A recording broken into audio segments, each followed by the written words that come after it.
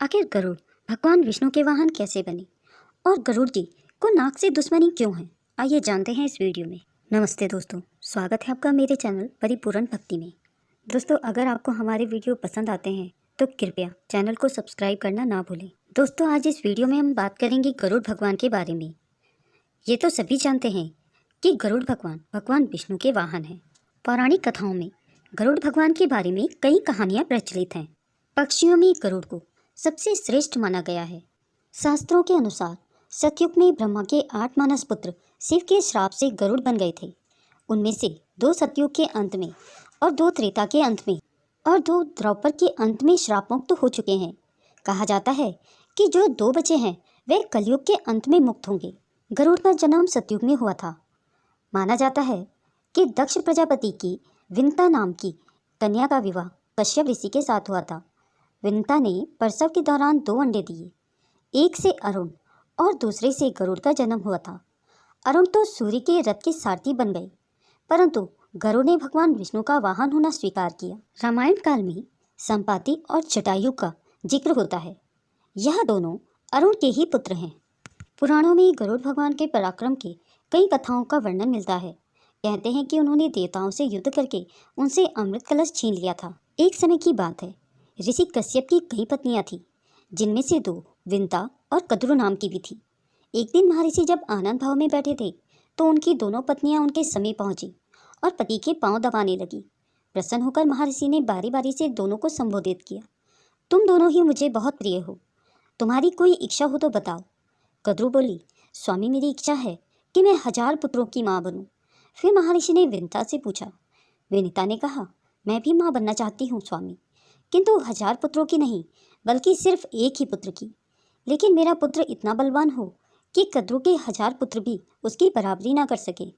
महर्षि बोले, शीघ्र ही मैं एक यज्ञ करने वाला हूँ। यज्ञोपरांत तुम दोनों की ही माँ बनने की इच्छाएं अवश्य पूरी होंगी।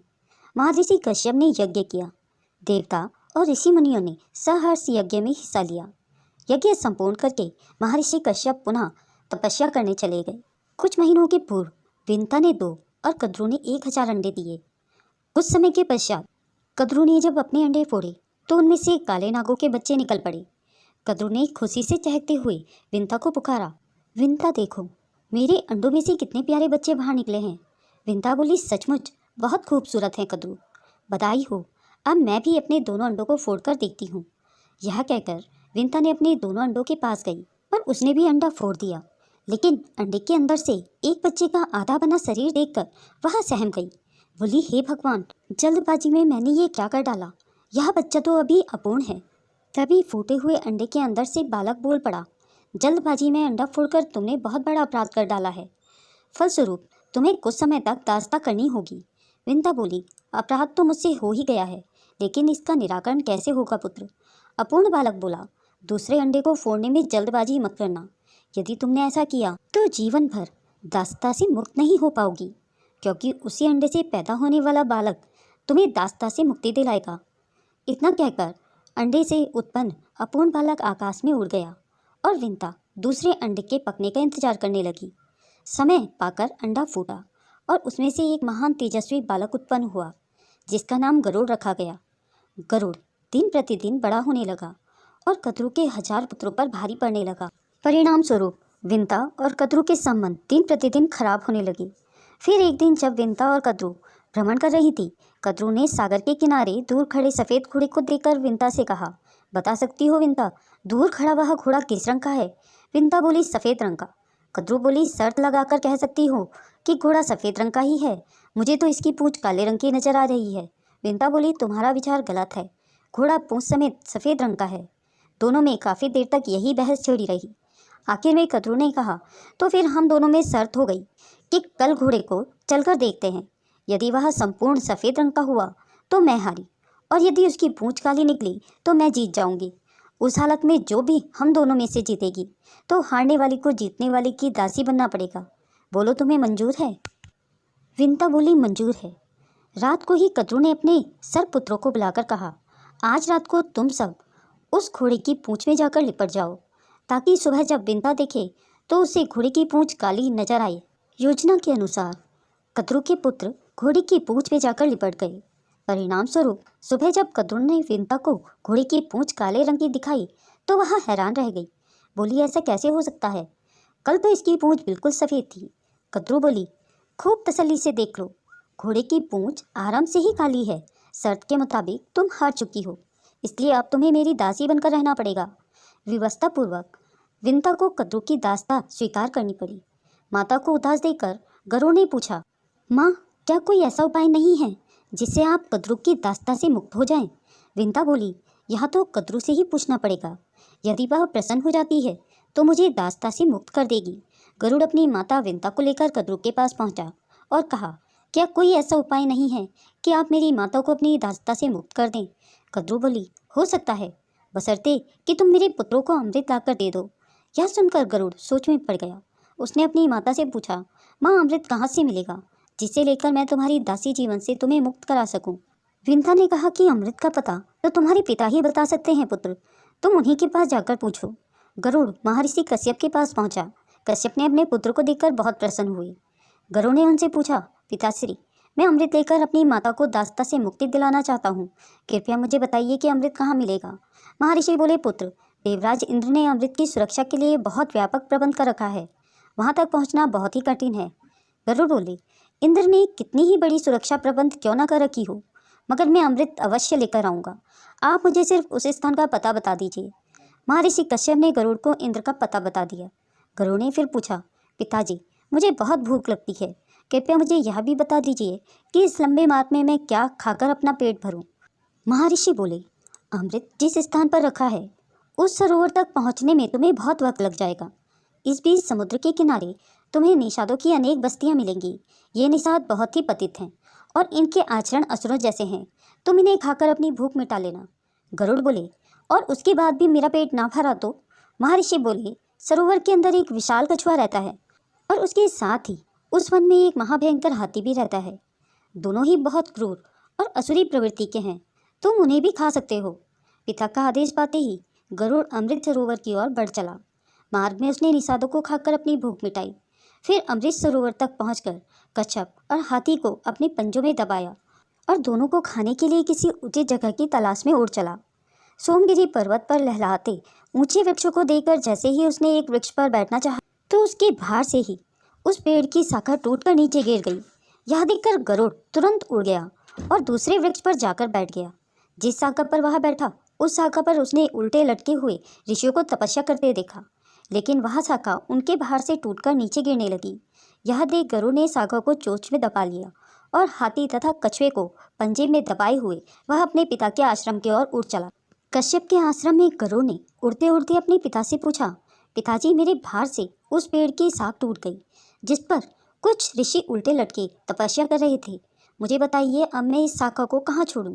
महर्षि कश्यप बोले, तुमने बहुत अच्छा किया पुत्र, जो सीधे यहाँ चले आए। शाखा से उल्टे लटके हुए ये बालखिल्य ऋषिगण हैं। अगर इन्हें कष्ट पहुँचा तो ये श्राप देकर तुम्हें भस्म कर देंगे। गरुड़ बोले, तो फिर बताइए अब मैं क्या करूँ?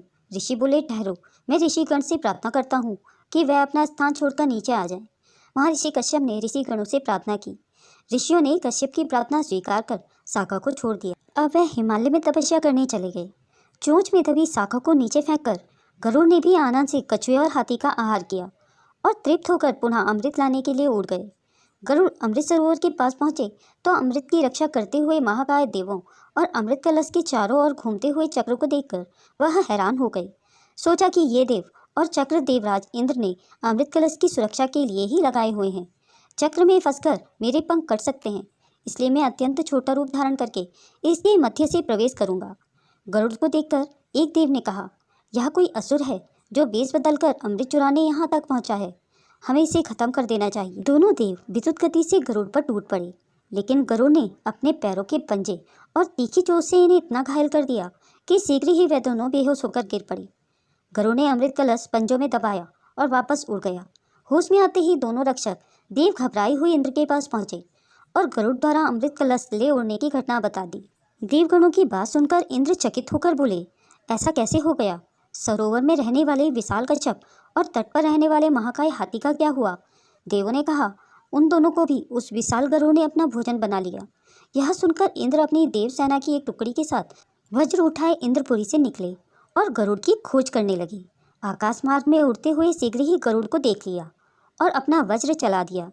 इंद्र के वज्र का गरुड़ पर कोई असर न हुआ। सिर्फ एक पंख वज्र से टकराकर नीचे गिरा। देव गरुड़ पर टूट पड़े, लेकिन कुछ ही समय में गरुड़ ने उन्हें अपनी पैनी चोंच की मार से अधमरा कर दिया। यह देख इंद्र सोचने लगे, यह तो महान पराक्रमी है। मेरे वज्र का भी इस पर जरा भी असर नहीं हुआ, जबकि मेरे वज्र के प्रहार से पहाड़ तक टूटकर चूर बन जाते हैं।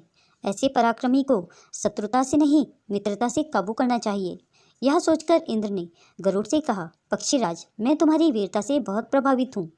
इस अमृत कलश को मुझे सौंप दो और बदले में जो भी वर मांगना चाहते हो मांग लो।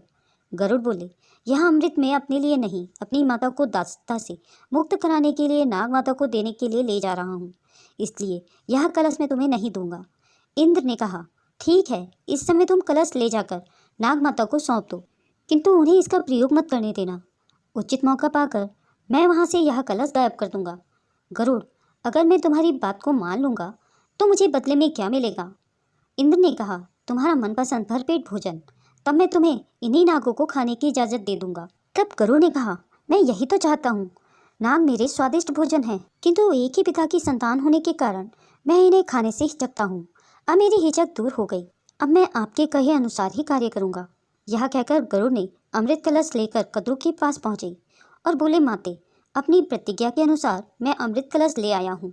अब आप अपने वचन मेरी माता को मुक्त कर दें। कद्रू ने उसी क्षण विंध्या को वचन से मुक्त कर दिया और अगली सुबह अमृत नागों को पिलाने का निश्चय कर वहाँ से चली गई। रात को उचित मौका देखकर इंद्र ने अमृत कलश उठा लिया और पुनः उसी स्थान पर पहुँचा दिया। दूसरे दिन नाग जब वहाँ पहुँचे तो अमृत कलश गायब देखकर दुखी हुए। उन्होंने उस कुसा को ही जिस पर अमृत कलश रखा था चाटना आरंभ कर दिया, जिसके कारण उनकी जीभ 2 हिस्सों में फट गई। गरुड़ की मातृभक्ति से प्रसन्न होकर भगवान विष्णु गरुड़ के सम्मुख प्रकट हुए और बोले, मैं तुम्हारी मातृभक्ति देखकर बहुत प्रसन्न हूँ पक्षीराज। मैं चाहता हूँ कि अब से तुम मेरे वाहन के रूप में मेरे साथ रहो। गरुड़ ने कहा कि मैं बहुत भाग्यशाली हूँ प्रभु, जो आपने स्वयं मुझे अपना वाहन बनाना स्वीकार किया। आज से मैं हर क्षण आपकी सेवा में प्रस्तुत रहूँगा और आपको कहीं भी छोड़कर नहीं जाऊँगा। इस तरह उस दिन से पक्षीराज गरुड़ भगवान विष्णु के वाहन के रूप में प्रयुक्त होने लगे। दोस्तों, अगर यह वीडियो आपको पसंद आई हो तो इसे लाइक और शेयर करना ना भूलें। अगर आप मेरे चैनल में नए हैं और ऐसी ही रोचक कथाएं सुनना पसंद करते हैं तो मेरे चैनल को सब्सक्राइब करें।